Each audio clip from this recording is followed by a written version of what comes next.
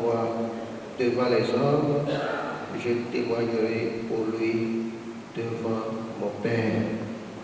Et nous savons que Éric a témoigné du Christ en ce monde à travers sa manière de vivre sa foi catholique, à travers ses actions en ce monde et à travers l'amour qu'il a eu pour nos frères, pour ses frères et sœurs. Ce qui m'a attaché profondément à Éric, c'est deux choses. Et en pensant à ces deux choses, je suis rempli encore d'émotion. Alors que j'étais en voyage, où l'un de mes secrétaires dans le temps avait des difficultés de santé, Éric a cru à la vie. Et par sa foi en ce Dieu qui ressuscite l'homme, qui redonne vie à l'homme, qui redonne force à l'homme, il s'est jeté à l'eau avec sa femme, faisant tout pour que la vie soit sauvée. Et en le faisant, ce qui me plaît, me convainc dans sa manière de vivre sa foi, c'est sa sérénité et son sourire qui demeure malgré ce que nous pouvons appeler appréhension, malgré ce que nous pouvons appeler échec de vie. Éric est resté toujours naturel avec son sourire et avec sa douceur. C'est moi le prêtre qui devrait être là pour soutenir et encourager, mais c'est Éric plutôt qui savait dire de simples paroles au Père et Marie-Christio Ndinadjoa.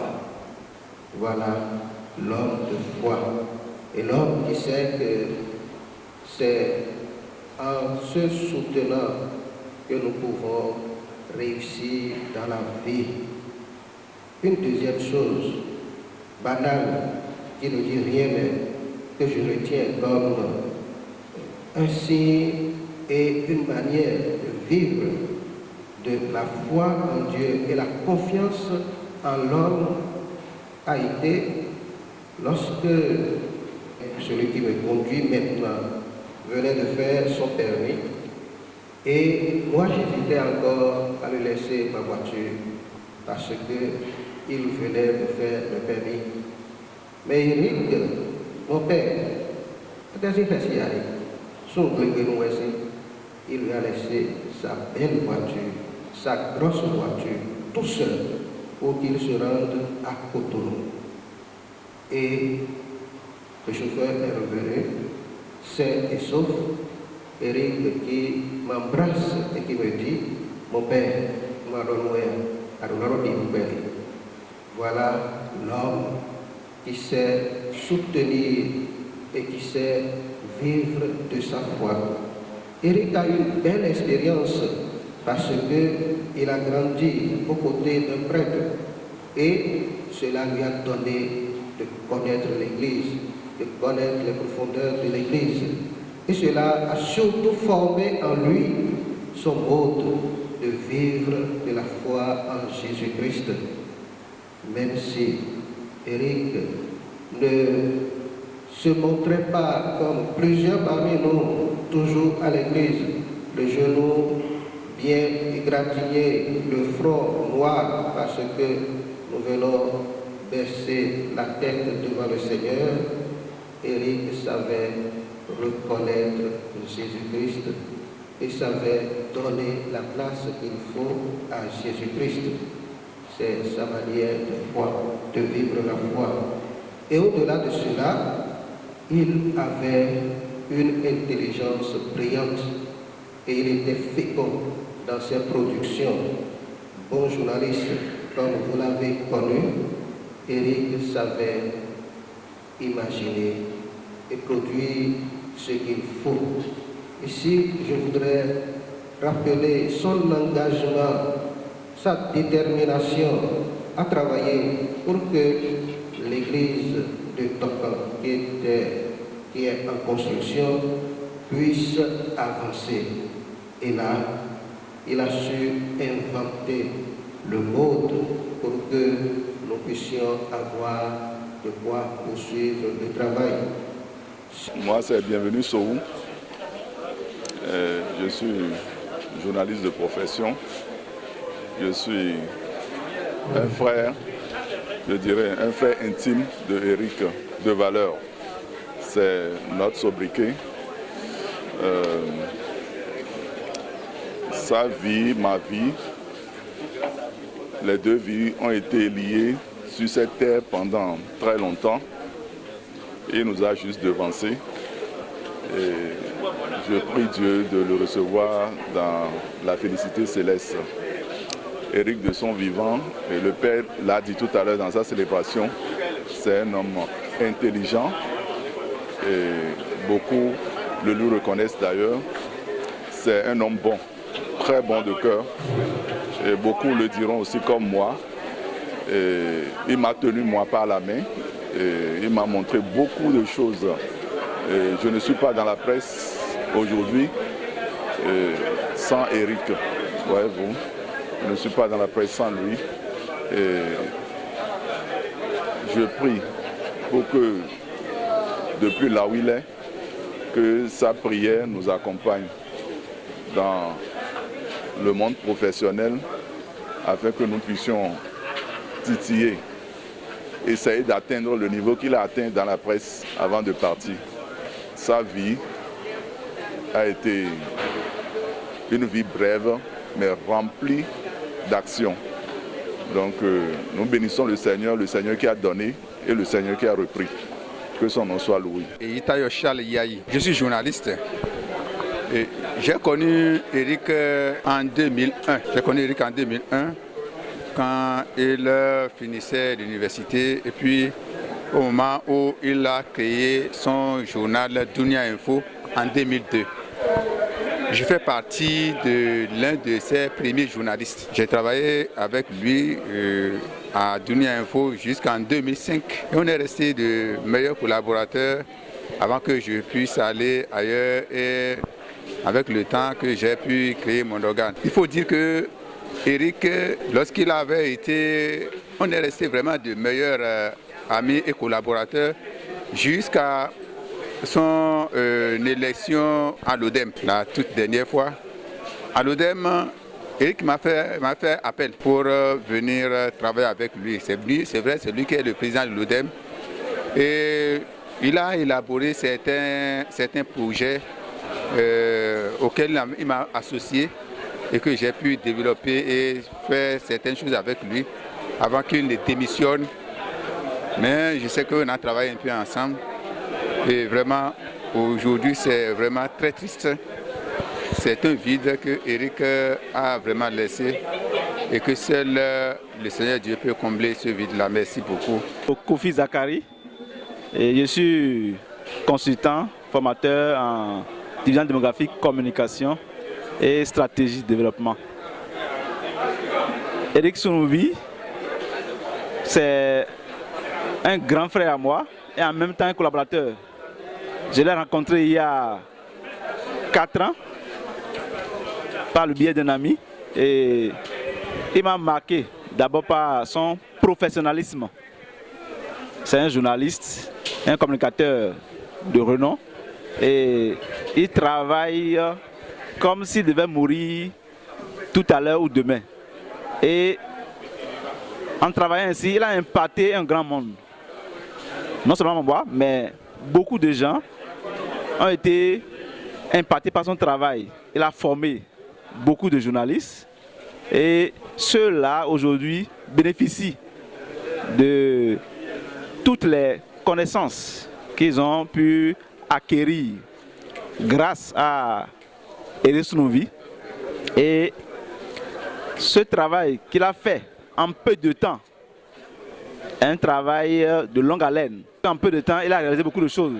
Il a également travaillé a créé des structures comme Dunia Info, qui était déjà un organe de presse depuis plus de 20 ans. Et aujourd'hui, même après son départ, ce qu'il a fait continue de faire tache d'huile dans l'espace médiatique. Il a été président de l'ODEM. Nous pouvons dire en tant qu'humain qu'il a fait peu de temps, mais en peu de temps, il a fait beaucoup de choses. Il a accompli sa vie. Et nous disons merci à Dieu pour nous l'avoir donné. Apollinaire Guidjime. Eric, on a fait le CEG à Plaoué ensemble. Pendant qu'on était déjà en 1992 par là, nous on avait quitté la 6e pour la 5e et c'est là que Eric nous a rejoints. Et grâce à l'intelligence que le Seigneur lui a donnée, Eric a pu diriger le groupe que nous constituait les meilleurs élèves que notre directeur Akako Djintri avait constitué. Et c'est lui, pendant que nous sommes souvent au cours, aux heures libres, il organisait les séances d'exercice. Vous savez qu'en ce moment, on n'avait pas les séances de TD, donc c'est en classe qu'on faisait l'exercice et c'est Eric qui nous dirigeait. Il était notre premier responsable. J'ai noté de sa vie vraiment qu'il est un leader. Un leader, il a su nous conduire jusqu'en terminale, on a eu le bac ensemble. Et lui en seconde, première, il a fait la série C. Terminale, il a fait la terminale A. Nous, on a continué en D et on a eu le bac la même année. Il a fait également un brillant parcours à l'université. Et vraiment, en ce jour, nous sommes en train de célébrer son entrée au ciel. Et je bénis le Seigneur pour qu'il lui accorde cette grâce qu'il lui a déjà accordée sur cette terre pour que sa vie continue, la joie continue dans l'au-delà. Joël Sounouri, je suis le frère aîné. Eric est mon cadet. C'est une perte énorme pour moi. Parce que nous donne le confidence, c'était au-delà de la limite du possible. Il était tout pour moi. Il était tout pour moi. Aux heures sombres, il était présent pour moi. Et toute la famille peut le témoigner. C'est toujours lui. Quand il y a quelque chose, il est toujours le premier à prendre le devant. Il n'hésite jamais, il n'a jamais peur. Mais que Dieu lui accorde le repos éternel. Ricardo Davo, je me nomme. Je suis fils adoptif de Sounouri Eric, au Mema aussi, je peux dire en quelque sorte. Que puis-je dire d'autre à part remercier le Seigneur pour ses œuvres, parce qu'on n'a pas voulu que ce soit ainsi, mais Dieu a voulu autrement. Ce n'est pas notre volonté à nous, c'est la volonté de Dieu. On ne peut rien faire de particulier à part remercier le Seigneur pour ses œuvres. Et on espère quand même que le Seigneur lui accordera le repos éternel et va l'accueillir dans sa demeure. Thibaut Do. Et pour faire un témoignage ici, tout de suite, ce serait très long. C'est une longue histoire. C'est un ami sincère à moi. Et si je suis vivant aujourd'hui, c'est lui qui a tout fait. J'ai été gravement malade et je pense que lui-même, étant dans son état de maladie, il a dû s'abandonner pour que moi j'aie la vie. Je suis tout le temps avec lui. On est resté vraiment collés et je ne voudrais pas faire autre témoignage pour ne pas me plonger vraiment dans ce passé qui me serait difficile de vivre. Alors je dirais simplement que Dieu l'accueille dans sa demeure et que vraiment qu'il jette un regard miséricordieux sur les enfants qu'il a laissés, sur la famille qu'il a laissée sur terre, tous ses collaborateurs qui sont encore en ce monde et que désormais qu'il soit pour nous l'intercesseur près de Dieu et qui nous unit davantage à cette âme. Chers frères et sœurs, bonjour. Chers pères célébrants, nous vous saluons dans le Saint-Nom du Christ Jésus. Nous ne voudrions pas faire un témoignage, mais nous voudrions simplement rendre grâce à Dieu pour ce qu'il est et pour ce qu'il représente pour tout un chacun de nous. En effet, nous venons de perdre un frère, mais pour nous croyants, la vie n'est pas terminée. elle est simplement transformée. En Jésus-Christ, nous avons foi qu'il est avec Dieu et que ses prières vont nous accompagner et nous apporter la paix à sa famille, à ses enfants, à son épouse et à toute la famille. Le vide qu'il a laissé, le Seigneur saura combler. Éric est un témoignage pour nous, ses frères, pour la famille. Nous n'allons pas rendre témoignage, mais nous laissons Dieu de continuer son œuvre.